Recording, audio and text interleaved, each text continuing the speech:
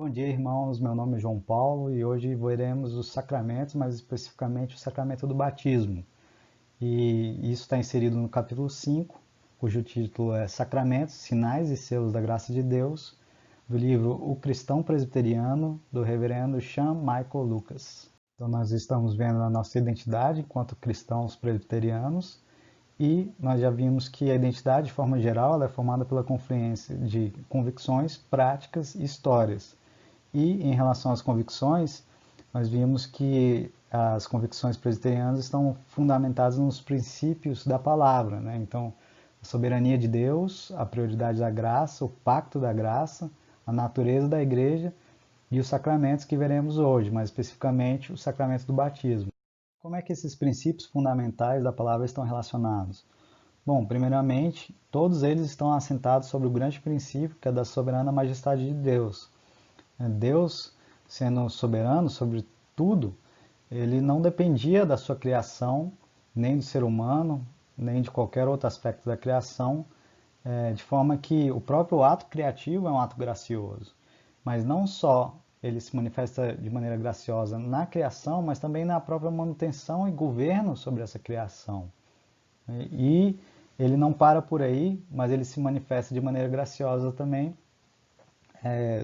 no ato salvífico, né, na salvação, através da sua revelação e da atuação do seu Santo Espírito. Ele faz isso de forma que ele estabelece uma aliança com a humanidade, separando um povo para si, através de um pacto de graça, né, um pacto da graça. Pacto esse que a gente vê a continuidade dele entre o Antigo Testamento e o Novo, naquilo que a gente chamava de Israel, lá no Antigo Testamento, e no que a gente chama de igreja, tanto no Novo Testamento quanto hoje em dia. Igreja essa que é marcada pela palavra, pelos sacramentos e pela disciplina, e que atua sobre essa criação de forma a redimi-la, né? Inclusive chamando outras pessoas para fazer parte desse reino, né? De modo que o nome de Deus seja santificado, que o reino dele se estabeleça, seja manifesto e que a sua vontade seja feita.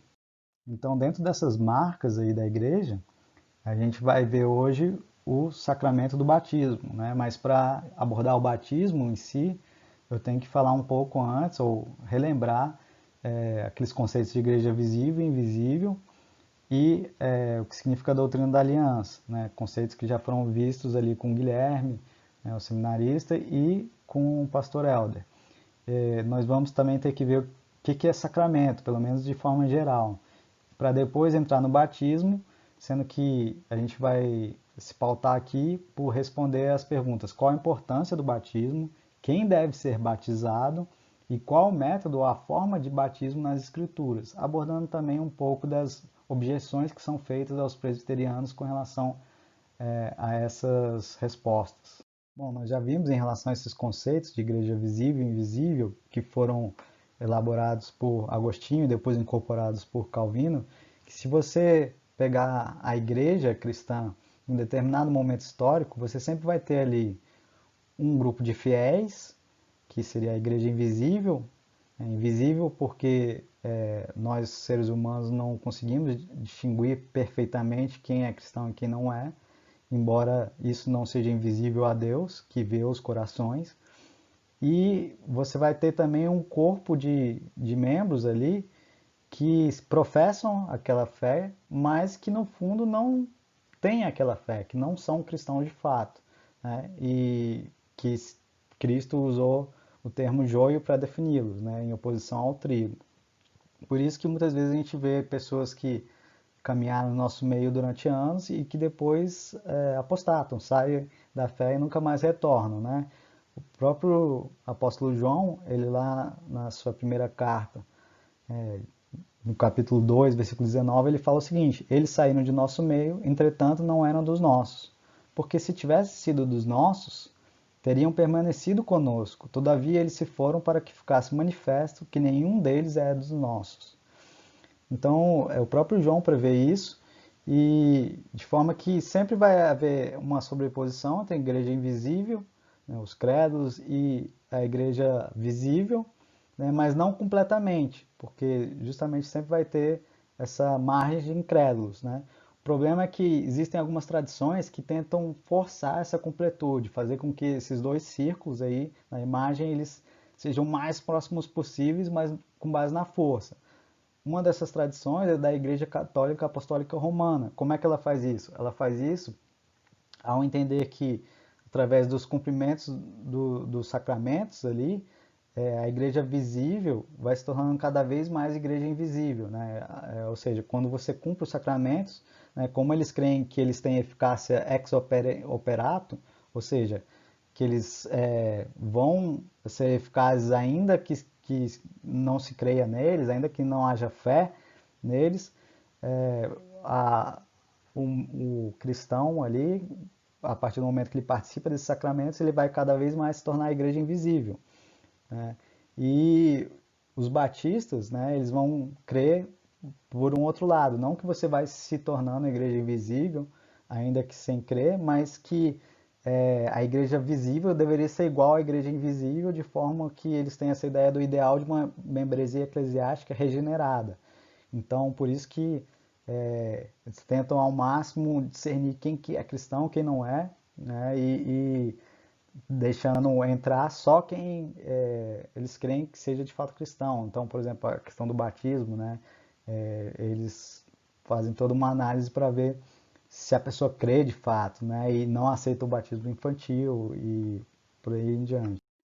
Já os presbiterianos, eles sempre tiveram cuidado de olhar essas coisas de forma separada, de modo a não forçar uma situação onde você tenta trazer o céu para a terra ao impor um ideal de pureza, de perfeição, de regeneração a toda a igreja que não existe, e nem também tentando fazer com que a igreja tenha uma aparência de regeneração, de que ela se chame de regenerada quando de fato ela não é na sua integralidade, né?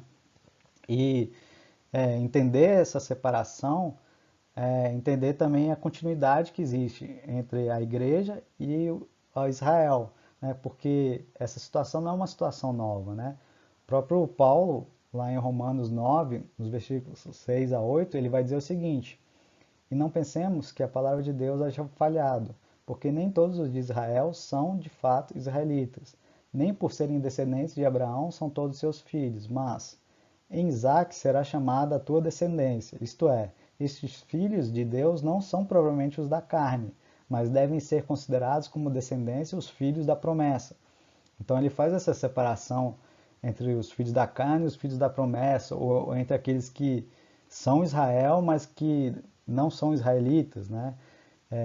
A gente vai ver também outros textos falando a respeito daqueles que eram circuncidados e aqueles que tinham o seu coração circuncidado, né? Então, no Antigo Testamento você tinha o povo visível de Deus, toda Israel, composta de adultos e crianças, e dentro desse povo visível você tinha a Israel de fato, que eram os verdadeiros filhos de Abraão, né, segundo o texto aqui. No Novo Testamento, você tem o povo visível de Deus, né, toda a igreja, que é formada por aqueles adultos que professam crer, mais as crianças, sendo que a igreja de fato vão ser só os participantes da nova aliança. Então a gente vê essa continuidade entre Israel e igreja. Então a gente vê aquilo que já foi falado ali quando se falou da doutrina da aliança, né? Ou seja, que existe uma unidade essencial ao longo de toda a aliança com Deus, né? Ele se manifesta através do pacto das obras, lá com Adão, depois da queda, pacto da graça. Pacto da graça que vai ter uma administração diferente no Antigo Testamento e no Novo, porque no Antigo se apontava para Cristo e a partir do Novo nós vemos já a Cristo tendo cumprido o seu sacrifício expiatório, propiciatório, né, mas que, embora haja algumas diferenças, em geral o que se tem é uma continuidade, de modo que as alianças ali dentro dessa aliança geral, elas vão se sobrepondo, né? Uma não anula a outra, elas na verdade se complementam, né? E de forma que há uma só aliança, né? No sentido geral, um só povo, né? Um Senhor, uma fé e um batismo. Né? Inclusive lá em Hebreus, no capítulo 6, nos versículos 13 a 18, o autor diz o seguinte: pois quando Deus fez a promessa a Abraão, visto que não tinha ninguém superior por quem jurar, jurou por si mesmo, dizendo: certamente te abençoarei e te multiplicarei. E assim, depois de esperar com paciência, obteve Abraão a promessa. Pois os homens juram pelo que lhes é superior, e o juramento, servindo de garantia para eles, é o fim de toda contenda.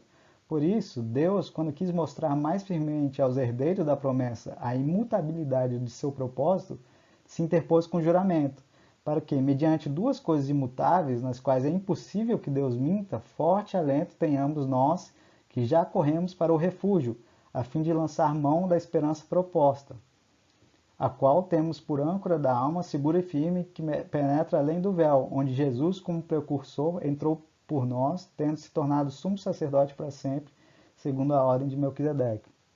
Quis ler até o 20 logo, justamente para mostrar a relação dessa aliança que foi feita lá com Abraão, dessa promessa, com o cumprimento dela em Cristo, né, e o cumprimento final, né, a consumação na sua segunda vinda, e mostrando assim que de fato é uma aliança só, né, e que é baseada na imutabilidade de Deus, inclusive, né. E o conteúdo dessa aliança é progressivo, como eu disse, a gente vai cada vez mais elas vão se sobrepondo, de modo que, de forma geral, ela é uma só, há continuidade, mas também há descontinuidades próprias ao fato de que elas vão se sobrepondo e a gente vai entendendo melhor, por exemplo, o que as alianças passadas ou as manifestações da Grande Aliança queriam demonstrar, né? Aquilo que vai ficar mais claro num livro que é muito bom, chama O Cristo dos Pactos, se eu não me engano, que é do Palmer Robertson, no qual ele fala isso aí, ó. A nova aliança não aparece nas promessas do Antigo Testamento como alguma novidade previamente desconhecida ao povo de Deus. Ao contrário, a nova aliança representa a fusão de todas as velhas promessas da aliança em termos de uma futura expectação. E ele vai falar a esse respeito, inclusive mostrando isso lá no texto de Ezequiel 37, nos versículos 24 a 26, onde diz: o meu servo Davi reinará sobre eles, todos eles terão um só pastor. E aí ele mostra como isso é uma alusão à aliança davídica, né? A aliança que foi feita com Davi. Andarão nos meus juízos, guardarão os meus estatutos e os observarão. Aí a gente vê uma alusão à aliança mosaica. Né? Habitarão na terra que dei a meu servo Jacó, na qual vossos pais habitaram. Aí uma alusão à aliança abrâmica. Farei com eles uma aliança de paz, será a aliança perpétua. E aqui uma alusão à nova aliança, né, estabelecida a partir de Cristo Jesus, né, de forma mais definitiva. Né? Então, a gente vê que elas vão se sobrepondo, né? E todas apontam para Cristo, né, que é a consumação de todas essas alianças. Né? E isso é importante para nós, em relação ao batismo, porque a gente vai ver essa continuidade entre o batismo, né, que é um selo de uma graça que é operada internamente, mas é um selo, uma marca, né, que é apresentada externamente. Né? Então, a gente vê essa relação com o selo que existia lá no Antigo Testamento, que era a circuncisão. Então, recapitulando, quem que é membro da Igreja Visível? A Igreja Visível é uma sociedade composta de todos quantos, em todos os tempos e lugares do mundo, professam a verdadeira religião juntamente com seus filhos. É o que diz o Catecismo Maior de Westminster na pergunta 62. Né? E justamente mostrando essa continuidade entre as crianças que eram incluídas nesse pacto ali no Antigo Testamento, né, através da circuncisão, e o batismo que inclui as crianças sobre essa aliança no Novo Testamento, né? E o que a gente vê é que justamente a história de Deus ela sempre progrediu através de alianças não só com os indivíduos, mas com as famílias, né? A gente vê isso em Adão, quando é prometido um descendente que pisaria a cabeça da serpente, a gente vê que é um descendente, né? Inclusive dá a impressão mais para frente que a Eva até achava que o seu primeiro filho seria esse que pisaria a cabeça da serpente. A gente vê em Abraão, quando é estabelecida a aliança ali com Deus, né, a gente vê que não só é instituído como um símbolo dessa aliança a circuncisão, como é ordenado que toda a sua casa, né, todos os homens da sua casa, fossem circuncidados, incluindo os servos ali dele, né? A gente vê Josué falando ali no final do livro de Josué que ele e a casa dele serviriam ao Senhor, né? Como é que ele poderia dizer isso, que a casa dele, os seus filhos, né, a sua família serviria ao Senhor, se isso fosse algo meramente individual, né? Não é o caso, né? A gente vê os profetas do Antigo Testamento, né? A gente vê Isaías em alguns textos falando a respeito disso. Por exemplo, a gente vê Isaías 54, versículo 13, ele diz o seguinte: todos os teus filhos serão ensinados do Senhor, e será grande a paz de teus filhos. Né? Então, incluindo os filhos nessa promessa aqui, a gente vê em Isaías 60, versículo 9, que diz: certamente as terras do mar me aguardarão, virão primeiro os navios de Tarsis, para me trazerem teus filhos de longe, e com eles a sua prata e o seu ouro, para a santificação do nome do Senhor teu Deus e do Santo de Israel, porque ele te glorificou. Mostrando até outros povos, né, povos de Tarsis, sendo incluídos também aqui em relação à aliança com os pais. A gente vê também nesse texto de Atos 2, né, isso sendo demonstrado porque ali na primeira ocasião de uma grande conversão após a ascensão de Cristo, a gente vê que Pedro, anteriormente a esse texto, ele prega, né? E aí eles perguntam para ele o que eles deveriam fazer, né? Eles dizem o seguinte, o texto diz o seguinte: ouvindo eles essas coisas, compungiu-se-lhes o coração e perguntaram a Pedro e aos demais apóstolos: que faremos, irmãos? Respondeu-lhes Pedro: arrependei-vos e cada um de vós seja batizado em nome de Jesus Cristo para a remissão dos vossos pecados, e recebereis o dom do Espírito Santo. Pois para vós outros é a promessa, para vossos filhos e para todos os que ainda estão longe, isto é, para quantos o Senhor nosso Deus chamar. Então a gente vê aqui até no Novo Testamento, né, bem clara essa questão dos filhos também, né, e em outros textos que a gente vai abordar mais para frente, né. Então a gente vê essa história de crianças como parte da família de Deus, né. Sempre foram parte do povo visível de Deus na Bíblia, né? Motivo pelo qual elas devem receber o sinal de iniciação nesse povo, né? Que era a circuncisão no Antigo Testamento e que é o batismo no Novo Testamento e nos nossos dias, né? Mas muitas vezes a gente vê essa comparação entre circuncisão e batismo e acha que é uma construção meramente teórica, doutrinária, teológica, né? Então é útil comparar situações do Antigo e do Novo Testamento. No Antigo Testamento a gente tem esse texto aí, de Gênesis 17, dos versículos 1 a 14, que mostram a aliança estabelecida com Abraão. E a gente lê o seguinte: quando atingiu Abraão a idade de 99 anos, apareceu-lhe o Senhor e disse-lhe: eu sou o Deus Todo-Poderoso, anda na minha presença e ser perfeito. Farei uma aliança entre mim e te multiplicarei extraordinariamente. Prostou-se Abraão, rosto em terra, e Deus lhe falou: quanto a mim, será contigo a minha aliança, serás pai de numerosas nações. Abrão já não será o teu nome, e sim Abraão, porque por pai de numerosas nações te constituí. Far-te-ei fecundo extraordinariamente, de ti farei nações, e reis procederão de ti. Estabelecerei a minha aliança entre mim e ti, e a tua descendência no decurso das suas gerações, aliança perpétua para ser o teu Deus e da tua descendência.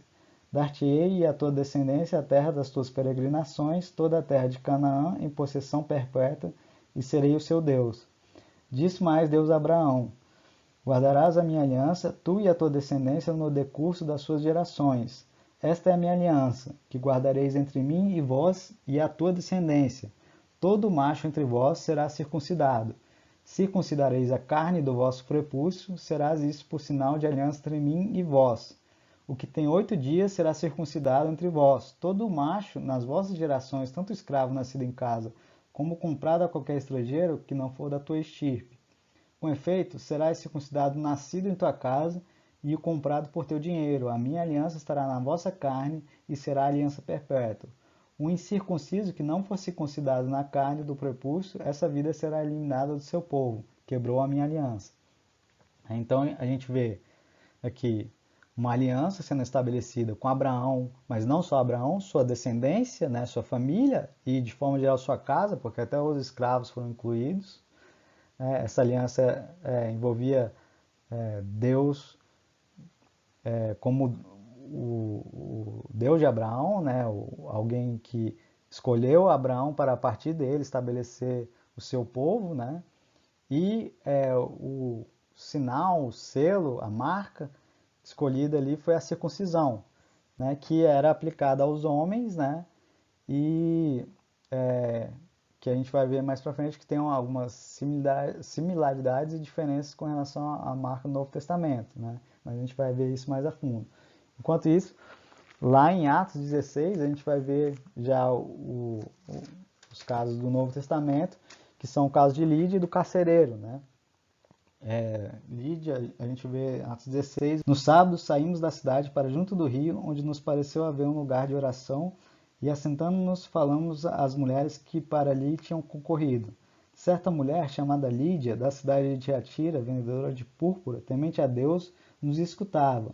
O Senhor lhe abriu o coração para atender às coisas que Paulo dizia. Depois de ser batizada, ela e toda a sua casa nos rogou, dizendo: se julgais que eu sou fiel ao Senhor, entrai em minha casa e aí ficai. E nos constrangeu a isso. Então, fala aqui de Lídia, de toda a sua casa, né, sua família ali, fazendo parte dessa aliança a partir do seu batismo, né, que apontava para a salvação por meio de Jesus, né, e que tinha justamente como marca o batismo, que era aplicado tanto a homens quanto a mulheres, né? Então a gente já vê uma diferença aqui.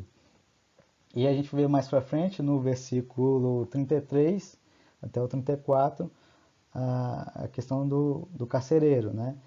Diz o seguinte: naquela mesma hora da noite, cuidando deles, lavou-lhes os vergões dos açoites. A seguir foi ele batizado e todos os seus. Então, levando-os para sua própria casa, lhes pôs à mesa e com todos os seus manifestava grande alegria por terem crido em Deus. Então a gente vê aqui o carcereiro, a sua família, né, a sua casa, isso relacionado à salvação também por meio de Jesus, né, a crer em Jesus e a salvação. E a gente vê o símbolo aqui, o batismo, né? Então, embora não fale o sexo das pessoas, também imagina-se, né, aplicado a homens e às mulheres, né? Até porque se ele tinha alguma esposa viva, né, foi aplicado à mulher também. Então a gente vê aqui essa continuidade, né? A gente vê tanto no Novo quanto no Antigo Testamento, uma pessoa, uma aliança estabelecida não só com o indivíduo, mas com toda a sua casa, né? Aliança que implicava a salvação, né? E que tinha como símbolo, num caso, a circuncisão e no outro o batismo, né? E o próprio Paulo, lá em Colossenses, ele vai fazer esse paralelo entre a circuncisão e o batismo, né? Ele vai dizer o seguinte, nos versículos 11 e 12 do capítulo 2. Nele também foste circuncidados, não por intermédio de mãos, mas no despojamento do corpo da carne, que é a circuncisão de Cristo, tendo sido sepultados juntamente com ele no batismo, no qual igualmente fostes ressuscitados mediante a fé no poder de Deus, que o ressuscitou dentre os mortos. Então, mostrando essa relação entre um e o outro, e óbvio, como eu falei, há continuidades e há descontinuidades que implicam em similaridades e diferenças no símbolo, mas que é justamente porque essas alianças vão se sobrepondo, elas vão sendo expandidas. Então, antes, a aliança era primariamente com o povo judeu, depois a gente vê a inclusão dos gentios, e depois aqui a gente vê no batismo, né, o caso das mulheres, né, por conta daquilo que a gente lê lá em Gálatas, nos versículos 26 a 29 do capítulo 3, que diz: pois todos vós sois filhos de Deus mediante a fé em Cristo Jesus, porque todos quantos fostes batizados em Cristo, de Cristo vos revestistes. Dessarte, Não pode haver judeu, nem grego, nem escravo, nem liberto, nem homem, nem mulher, porque todos vós sois um em Cristo Jesus. E se sois de Cristo, também sois descendentes de Abraão e herdeiros segundo a promessa. Então aqui liga tudo, né? Liga homem, mulher, liga o Novo Testamento, a promessa feita a Abraão, né? A questão do batismo. Então a gente vê como realmente uma coisa bate com a outra. Mas depois de abordar tudo isso, né? Entrando mais objetivamente no nosso tema aqui, o que seriam os sacramentos, né? Porque se o batismo é um sacramento, a gente tem que saber antes o que é sacramento, né? E a pergunta 162 do Catecismo Maior de Westminster, ela responde isso, né? Que diz o seguinte: um sacramento é uma santa ordenança instituída por Cristo em sua igreja para significar, selar e conferir àqueles que estão no pacto da graça os benefícios da mediação de Cristo, para os fortalecer e lhes aumentar a fé e todas as mais graças e os obrigar à obediência, para testemunhar e nutrir o seu amor e comunhão uns para com os outros e para distingui-los dos que estão fora. Então, resumindo aqui, os sacramentos são os santos sinais e selos do Pacto da Graça, né? O que fala a Confissão de Fé de Westminster, no capítulo 27, artigo 1, o primeiro. Então, é um sinal, né? Aponta para onde devemos ir, né? É um selo também, o sacramento, é uma autenticação de que as promessas são verdadeiras, então não é um selo no sentido de um selo de cartas, né? Aquele selinho que a gente bota para enviar a carta para um lugar, né? É um selo no sentido daquele selo que era feito para garantir a autenticidade daquela informação, né? A confiabilidade da informação que era selada dentro da carta, né? Essa imagem aí que está com uma cera, né, que justamente era aplicada nas cartas, nas correspondências, e aí você botava um selo para garantir que não havia sido violado aquela carta, né? Então, é uma autenticação de que as promessas são verdadeiras e é uma marca também, né, o sacramento, né? Algo que nos distingue dos outros, né? Então, assim como a gente tem as marcas esportivas aí, né? Você olha para o símbolo aí, você já sabe que marca é essa aí, né? E você já distingue ela de todas as outras marcas. Também o sacramento, ele nos distingue daqueles que não professam a mesma fé, né? Quando a gente fala de sacramentos, é útil a gente fazer a distinção entre validade e eficácia, né? Mostrando que são diferentes. Porque assim como a gente não pode tentar forçar que a igreja visível seja igual ao invisível, a gente também não pode confundir essas duas coisas, senão a gente vai acabar calhando nos mesmos erros, né? Validade de um sacramento está relacionada à garantia baseada no mandamento e na promessa de Deus, né? Contida nas palavras de instituição. Então, é isso que valida o sacramento, né? Esse mandamento de Cristo, essa ordenança para que a gente realizasse o sacramento, né? E nas promessas de Deus relativas a ele, né? Já a eficácia de um sacramento, né, ele funciona, né, ele vai funcionar porque o Espírito Santo aplica Cristo e seus benefícios ao indivíduo que responde à promessa com fé, né? Ela está ligada aos propósitos eletivos de Deus, né? Então, não quer dizer que quando você é batizado você já vai crer, né? Justamente, nós não cremos na regeneração batismal, né? Mas está ligado aos propósitos eletivos de Deus. Então, se ele quiser te fazer converter naquele momento, ele vai fazer. Se isso vai se manifestar lá para frente, anos depois de você ter sido batizado, vai acontecer também, né? O importante é que a graça sinalizada e selada pelo batismo não está ligada ao momento de sua ministração, nem é dada a todos a quem o batismo é ministrado, né? Então, tem gente que é batizado e que nunca recebe a eficácia do sacramento, né? E por conta disso acaba apostatando da igreja, por exemplo, né? Então, a confusão entre as duas pode levar a visões erradas, né? Os batistas, por exemplo, eles rejeitam o batismo infantil por crer que este só é válido quando é eficaz, né? Então, eles querem se certificar de que a pessoa crê para depois batizar, né? E a Igreja Católica Apostólica Romana, pelo contrário, ela valoriza o batismo infantil, mas pelo motivo errado também, por crer que este é sempre eficaz, que esse sempre regenera, né, o crente. Então, mais uma vez, cai naquela ideia errada, né, de igreja visível e invisível, de querer forçar uma situação que não existe. Então, o que a gente vê é que o batismo é a iniciação ao povo visível de Deus, né? E que Deus ele promete chamar famílias, né? A gente vê isso em Gênesis 12, Gênesis 15, no texto que a gente leu de Gênesis 17, né? De forma que não é um sinal de conversão do indivíduo, né? Na verdade, ele está sendo incluído no povo visível e alguns vão se converter, outros não, né? Inclusive, ela não depende do sacramento, essa conversão, né? Porque até mesmo Abraão, primeiro, ele estabeleceu uma aliança com Deus, né? E depois é que ele foi circuncidado. E a gente vê que o conteúdo das promessas não mudou do Antigo para o Novo Testamento, né? A gente vê os filhos sendo incluídos no Antigo Testamento e vê os filhos sendo incluídos no Novo, no texto que a gente leu de Atos 2, nos versículos 37 e 39. O que mudou foi a forma que o sacramento é feito e os sujeitos do sacramento, né? Então a forma mudou da circuncisão para o batismo, né? Embora a equivalência, pelo que a gente leu no texto de Colossenses 2, e o sujeito, né? A quem ele se dirige, né? Que são os homens e mulheres da casa de um crente professo.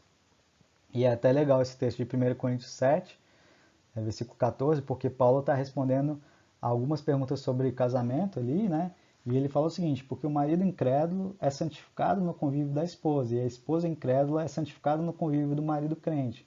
De outra sorte, os vossos filhos seriam impuros, porém agora são santos. Né? Ele está falando do caso onde um dos cônjuges se converte e o outro não é convertido, e nem os filhos, né? E aí ele diz que eles devem permanecer unidos, né? A não ser que o incrédulo não queira, porque não só o incrédulo vai ser santificado pela sua presença ali na casa, como os filhos, né? E ele chega a falar que os filhos são santos, né? Então, você vê que há benefícios, é um meio de graça de fato, para o qual mesmo que o filho ali não venha a se converter, ele está usufruindo desse meio de graça, né? Então, por que batizar, né? Bom, porque é uma ordem de Jesus, né? Jesus, lá em Mateus 28, nos versículos 18 a 20, que é aquele texto da grande comissão, ele vai dizer para eles o seguinte, né? Toda a autoridade me foi dada no céu e na terra, ide, portanto, fazei discípulos de todas as nações, batizando-os em nome do Pai, do Filho e do Espírito Santo, ensinando-os a guardar todas as coisas que vos tenho ordenado. E eis que estou convosco todos os dias até a consumação dos séculos. Então a gente vê aqui a ordenança dele de que eles deveriam batizar, né? E não só pelo fato de ser uma ordenança, mas pelo fato de ser um meio de graça, né? Não que esse meio ele tenha poder em si a parte da atuação do Espírito Santo, né? Mas ele tem benefícios, como a gente viu, por exemplo, em relação, por exemplo, à permanência de alguém que é convertido no lar, né? Então a gente viu como isso tem benefícios para aqueles que não são. Da mesma forma aqui no batismo também, né? Um sacramento é uma santa ordenança instituída por Cristo em sua igreja para significar, selar e conferir àqueles que estão no pacto da graça os benefícios da mediação de Cristo para os fortalecer, lhes aumentar a fé e todas as mais graças e os obrigar à obediência, que não deixa de ser uma bênção também, porque te impele a ser obediente, né? E a gente sabe que a obediência tem efeitos positivos para nós, né? E com isso testemunhar e nutrir o seu amor e comunhão uns para com os outros e distingui-los dos que estão fora. Esse é o mesmo texto que a gente leu ali antes a respeito do sacramento, né? Mas destacando aí como isso vai redundar em bênçãos para nós, né? Bom, e a quem eu devo batizar, né? Quem deve ser batizado? No texto de Marcos, capítulo 16, versículos 15 e 16, Cristo diz o seguinte: E disse-lhes: Ide por todo o mundo e pregai o evangelho a toda criatura. Quem crer e for batizado será salvo. Quem, porém, não crer será condenado. Então, a primeira resposta aqui é quem crê. Né? Quem crer e for batizado será salvo. Não está dizendo aqui o texto que o batismo salva. Não, o batismo não salva. O que salva é crer, é a fé. A ausência de fé que gera a condenação, né? Não a ausência do batismo. Mas a importância do batismo é de confirmação dessa fé, né? Então, uma pessoa que se recusa obstinadamente a ser batizada, ela está demonstrando que não crê, né? Se você crê e não quer ser batizado, tem um problema aí, né? O segundo grupo de pessoas que devem ser batizados são os filhos daqueles que creem. O texto aqui, ele não está falando de crianças, né? Pode parecer que ele contrapõe aquela visão que a gente trouxe da circuncisão e da doutrina da aliança, mas o texto aqui está dirigido ao início da igreja, né? A comissão que foi passada aos apóstolos aqui em Marcos, né? E de forma que você não tinha ainda filhos de cristãos ali, né? E se você for para a Bíblia, de fato não vai ter textos explícitos falando que crianças devem ser batizadas, mas também não há textos explícitos dizendo que elas não devem ser batizadas. E se a gente for pegar a cultura da época, na verdade, se tivesse havido uma quebra desse paradigma entre o Antigo Testamento e o Novo, na verdade, os textos deveriam dizer claramente que as crianças não deveriam ser batizadas, porque o entendimento dos judeus era que toda criança que nascia dentro da aliança, ela automaticamente ela tinha que ser circuncidada, né? Tanto que você vê que já existia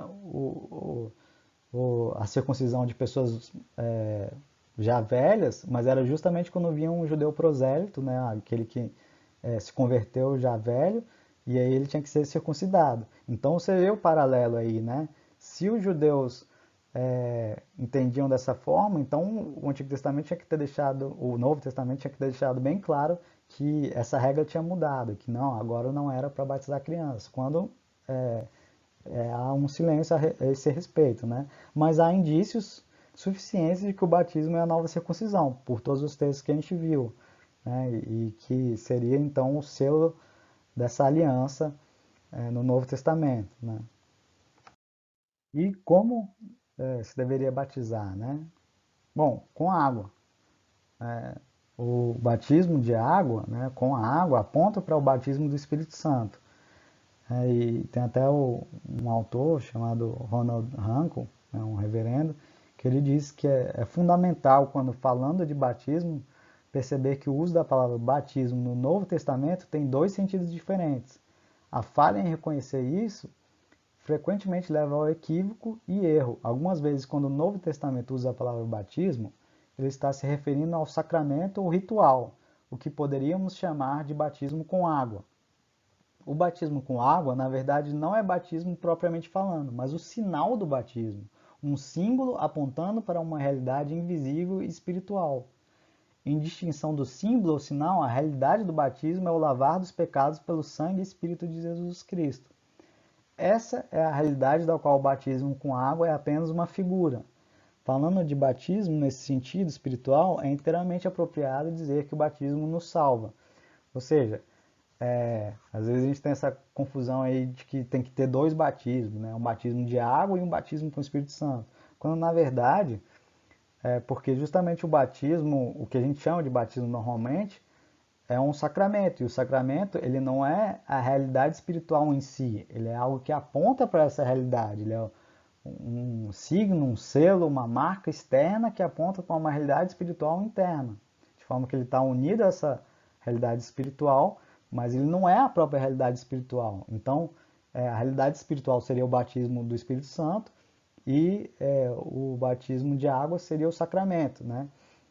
E a gente não deve fazer essa confusão justamente pelos problemas que isso pode trazer, né? E então deve ser realizado com água e deve ser realizado por imersão, efusão ou aspersão, né? A gente não tem essa aversão aí à imersão, às outras formas de batismo, né? Até porque não há textos bíblicos orientando qual é a melhor forma, né? A gente vai falar um pouco disso depois, mas tanto que quando um batista vem para a igreja presbiteriana, a gente não ordena que eles sejam rebatizados, né? Bom, e aí aqui a gente entra indo para o final, na questão das objeções, né? E aí a gente tem as objeções dos batistas com relação ao batismo por efusão e aspersão, né? Que seriam tudo aquilo que é diferente da imersão, que é o mergulhar mesmo, né? Essa variação de efusão e aspersão é só em relação à quantidade de água. Aspersão menos água, efusão mais. Mas nenhuma das duas é mergulhar, né? E aí eles vão falar justamente que tem que ser mergulhando, porque quando se olha o batismo de Cristo lá em Mateus, é dito que ele saiu logo da água. Só que esse saiu logo da água não quer implicar, não implica, né, que Cristo mergulhou. Pode ser que ele estava mergulhado, mas pode ser que não. O texto não diz isso. Se você entra até a canela na água e sai, você saiu logo da água. Né? A mesma coisa ali no batismo do eunuco, realizado por Filipe. É dito que quando saíram da água, e esse texto é usado pelos batistas também, mas isso não implica que eles estavam mergulhados. Né? Inclusive seria meio esquisito, porque é dito isso em relação aos dois. Então Filipe teria que ter mergulhado também, né, nesse batismo. Pode ser que eles mergulharam? Pode, mas o texto não diz isso. Outra objeção que é levantada é uma tentativa de dizer que a palavra batismo em si seria afundar, seria mergulhar, seria imergir, né? Mas se a gente olha esse texto de Marcos 7, 1 a 4, é aquele texto onde os fariseus tentam colocar Jesus à prova e eles vão apontar para o fato de que os discípulos de Cristo eles comiam com as mãos impuras, né? E eles vão falar que eles comiam com as mãos por lavar, e eles vão falar que o texto vai falar que eles, fariseus e os judeus, observando a tradição dos anciãos, eles não comem sem lavar cuidadosamente as mãos quando voltam da praça, não comem sem se aspergirem, e há muitas outras coisas que eles receberam para observar, como a lavagem de copos, jarros e vasos de metal e camas. Então, esse texto aqui, essa palavra lavar, é batismo. Então, se isso significa imergir, então eles mergulhavam jarra, copo, até vai. Agora, eles mergulhavam a mão, ou eles se mergulhavam inteiro antes da refeição, ou pior, eles jogavam a cama no rio e mergulhavam a cama para lavar ela. Não parece ser esse o sentido de batismo. Em Números 8, 7, a gente também vai ter um indício, né, que apelando para aquela questão da continuidade, que mostra que essas lavagens a qual os fariseus se referiam, ou remetiam as suas lavagens, as lavagens que eram feitas pelos sacerdotes ali, elas também eram feitas por aspersão. Né? O texto diz assim: assim lhes farás para os purificar, asperge sobre eles a água da expiação, e sobre todo o seu corpo farão passar a navalha, lavarão as suas vestes e se purificarão. Aqui está falando da consagração dos levitas, né? Então você vê que é por aspersão, não é? Ele não se mergulhava todo, né? Em Levítico 19, mais uma vez, fala que essa purificação era feita se aspergindo, né? Inclusive, quando no texto que fala do batismo de Jesus, né? Esse texto de Mateus 3 aí, é dito que João fica assim meio ressabiado porque Cristo é que deveria batizar João, né?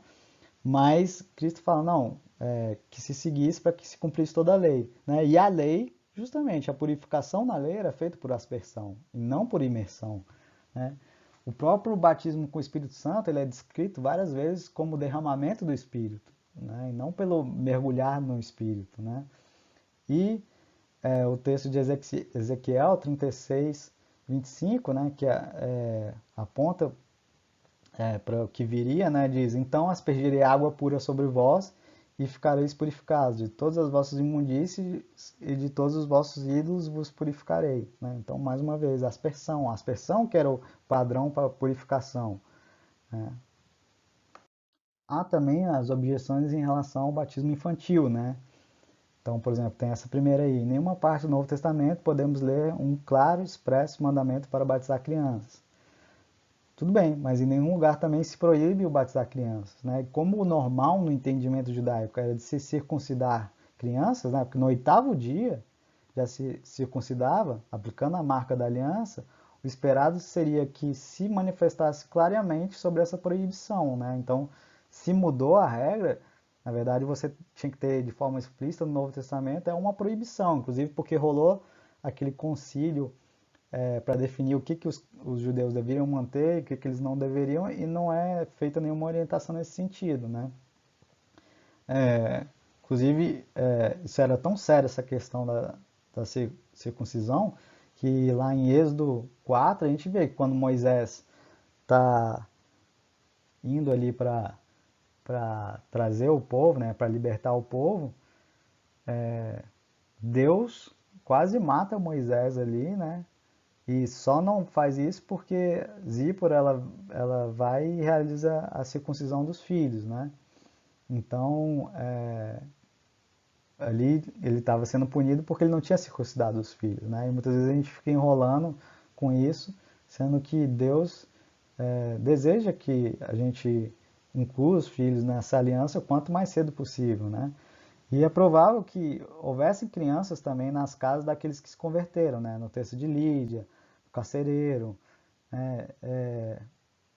E esses textos eles não excluem também, eles não falam, ah, não, pode batizar todo mundo da casa, menos as crianças. Então, também parece algo esquisito, né?